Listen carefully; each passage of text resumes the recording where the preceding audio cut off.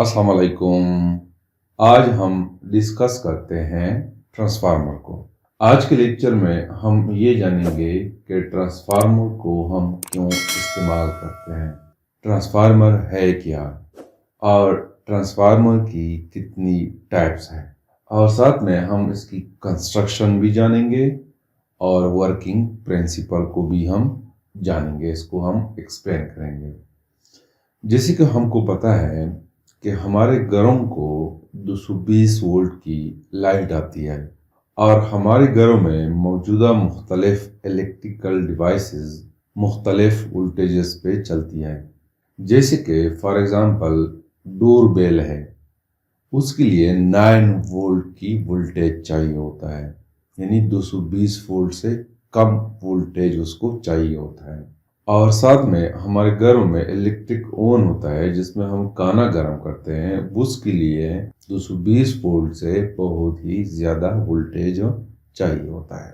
तो हमारे घरों में आने वाली 220 वोल्ट की लाइट को मैनेज करना, यानी कि उसको कम ज़्यादा करने के लिए हम ट्रांसफार्मर को इस्तेमाल करते हैं। तो ट्रांसफार्मर को हम यो डिफाइन करते हैं कि it is a device which is used to increase or decrease in AC voltage or current level। ये वो डिवाइस है जिससे हम AC वोल्टेज को कम कर सकते हैं और ज़्यादा कर सकते हैं। जैसे कि डोर बेल के लिए 9 वोल्ट की वोल्टेज चाहिए होता है और हमारे घरों को 220 वोल्ट की वोल्टेज आती है। तो डोर बेल में इस्तेमाल होने वाली ट्रांसफार्मर वोल्टेज को कम करती है, यानी 220 से 9 वोल्ट पे ले आती है। तो यहाँ पे डोर बेल में जो ट्रांसफार्मर इस्तेमाल होता है ये वोल्टेज को कम करता है, और ओवन में इस्तेमाल होने वाला ट्रांसफार्मर स्टेप अप ट्रांसफार्मर होता है, वो 220 वोल्ट से वोल्टेज को इंक्रीज करता है। तो इसी बुनियाद पर ट्रांसफार्मर को हम दो टाइप्स में डिवाइड करते हैं। एक को हम कहते हैं स्टेप डाउन ट्रांसफार्मर, जैसे कि डोर बेल में लगा हुआ ट्रांसफार्मर वोल्टेज को कम करता है तो इसको स्टेप डाउन ट्रांसफार्मर कहते हैं। और दूसरी टाइप जो है वो है स्टेप अप ट्रांसफार्मर, जैसे कि इलेक्ट्रिक ओवन में लगा हुआ ट्रांसफार्मर स्टेप अप ट्रांसफार्मर होता है, वो 220 वोल्ट से वोल्टेज को इंक्रीज करता है। तो ट्रांसफार्मर की ये दो टाइप्स हैं। अब हम डिस्कस करते हैं इसकी कंस्ट्रक्शन को। ट्रांसफार्मर कंसिस्ट करता है एक सॉफ्ट आयरन कोर पे, जैसे कि आपको यहाँ पे नजर आ रहा है, ये सॉफ्ट आयरन कोर है। इसके थ्रू मैग्नेटिक फील्ड ट्रांसफर होता है। ये सॉफ्ट आयरन कोर जो है ये मैग्नेटिक फील्ड को अपने अंदर जज़ब कर लेता है और एक जगह से दूसरी जगह ट्रांसफर कर देता है। इसके एक साइड पे एक कॉइल फिक्स किया जाता है, लपेट दिया जाता है, जिसको हम प्राइमरी कॉइल कहते हैं। इस प्राइमरी कॉइल को हम इनपुट देते हैं, यानी हमारे घरों को आने वाली वोल्टेज 220 वोल्ट वो इनपुट वोल्टेज होता है।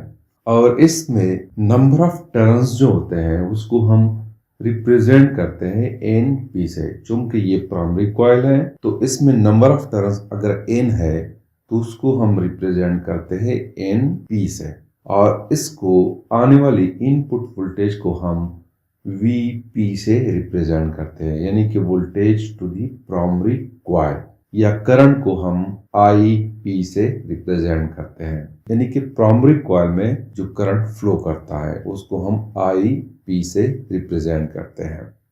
और इस आयरन कोर के दूसरे साइड पे दूसरा कॉइल हम लगाते हैं जिसको हम सेकेंडरी कॉइल कहते हैं। इसमें नंबर ऑफ टर्न्स को हम एन एस से रिप्रेजेंट करते हैं और यहाँ से हम आउटपुट लेते हैं, और आउटपुट वोल्टेज को हम वी एस से रिप्रेजेंट करते हैं, या करंट को हम आई एस से रिप्रेजेंट करते हैं। ये इसकी कंस्ट्रक्शन है। इसकी वर्किंग प्रिंसिपल क्या है? It works on the principle of mutual induction. Mutual induction में यह होता है कि अगर प्राइमरी कॉइल में मैग्नेटिक फील्ड चेंज होता है तो सेकेंडरी कॉइल में ईएमएफ प्रोड्यूस होता है। चूंकि ट्रांसफार्मर एसी वोल्टेज से चलता है, अल्टरनेटिंग करंट से वो चलता है, डायरेक्ट करंट पे काम नहीं करता, तो हमें पता है कि एसी वोल्टेज में पोलैरिटी चेंज होती है, हाफ साइकिल पॉजिटिव और हाफ साइकिल नेगेटिव। उसका अगर हम ग्राफ देखना चाहें तो उसका ग्राफ यूं बनता है कि फॉर एग्जांपल ये हमारे पास एक कोऑर्डिनेट सिस्टम है। वोल्टेज जो है एसी वोल्टेज, उसका पैटर्न बनता है इस तरह, इंक्रीज होता है, फिर डिक्रीज, फिर जीरो, फिर उसके बाद नेगेटिव साइड पे चलता है, इंक्रीज, फिर उसके बाद डिक्रीज, और ये फिर जीरो बन जाता है। तो मीन्स के वोल्टेज चेंज होता है और इसकी वजह से करंट भी चेंज होता है। और हमें पता है कि जब करंट फ्लो करता है तो मैग्नेटिक फील्ड प्रोड्यूस होता है, और जब करंट चेंज होता है तो मैग्नेटिक फील्ड भी चेंज होता है। अब चूंकि यहाँ पे दो कॉइल्स हैं, प्राइमरी कॉइल को हम एसी वोल्टेज देते हैं, एसी वोल्टेज चेंज होता है यानी कि करंट चेंज होता है, जब करंट चेंज होता है तो मैग्नेटिक फील्ड चेंज होता है। तो प्राइमरी कॉइल में जब मैग्नेटिक फील्ड चेंज होता है वो चूंकि इस सॉफ्ट आयरन कोर के थ्रू ट्रांसफर होता है टू दी सेकेंडरी कॉइल। तो अगर प्राइमरी कॉइल में करंट चेंज होता है इट मींस कि मैग्नेटिक फील्ड चेंज होता है, और वही मैग्नेटिक फील्ड जब प्राइमरी कॉइल में चेंज होता है वो सेकेंडरी कॉइल में भी चेंज हो जाता है। तो सेकेंडरी कॉइल में इंड्यूस ईएमएफ प्रोड्यूस होता है। तो इस तरह एसी वोल्टेज को हमने ट्रांसफर किया है from primary coil to secondary coil. अब क्वेश्चन ये है कि हम वोल्टेज को इंक्रीज और डिक्रीज कैसे करते हैं। वो डिपेंड करता है number of turns in the primary coil and number of turns in the secondary coil, जिसकी बुनियाद पर हम ट्रांसफार्मर को दो टाइप्स में डिवाइड करते हैं। अगर प्राइमरी कॉइल में नंबर ऑफ टर्न्स कम है as compare to the number of turns in the secondary coil, मैं कहता हूं फर्स्ट केस कंसीडर कर रहा हूं कि प्राइमरी कॉइल में, या मैं कहता हूं कि सेकेंडरी कॉइल में नंबर ऑफ टर्न्स जो है it is greater then number of turns in the primary coil. Primary coil में नंबर ऑफ टर्न्स कम है, सेकेंडरी कॉइल में नंबर ऑफ टर्न्स ज्यादा है।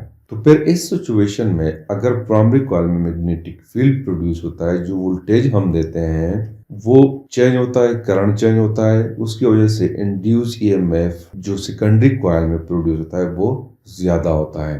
तो फिर इस सिचुएशन में हम कह सकते हैं कि voltage induce EMF in the secondary coil is greater than voltage in the primary coil. तो इस किस्म की ट्रांसफार्मर को हम स्टेप अप ट्रांसफार्मर कहते हैं, जैसे कि इलेक्ट्रिक ओन में लगा होता है।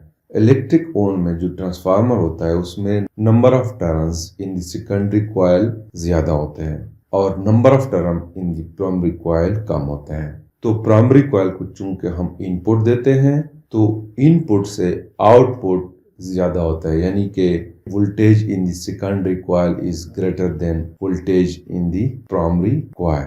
दूसरा केस मैं ये कंसीडर कर रहा हूं कि अगर number of turns in the secondary coil it is less then number of turns in the primary coil. Primary coil में नंबर ऑफ टर्न्स ज्यादा है, सेकेंडरी कॉइल में नंबर ऑफ टर्न्स कम है। तो फिर इस सिचुएशन में जो प्राइमरी कॉइल में वोल्टेज है वो ज्यादा होता है और सेकेंडरी कॉइल के थ्रू जो वोल्टेज यानी इंड्यूस ईएमएफ प्रोड्यूस होता है जिसको हम आउटपुट वोल्टेज कहते हैं वो कम होता है। तो हम लिखते हैं यहाँ पे कि Vs is less then Vp, यानी कि voltage in the primary coil is greater than voltage in the secondary coil. इस किस्म की ट्रांसफार्मर को हम स्टेप डाउन ट्रांसफार्मर कहते हैं।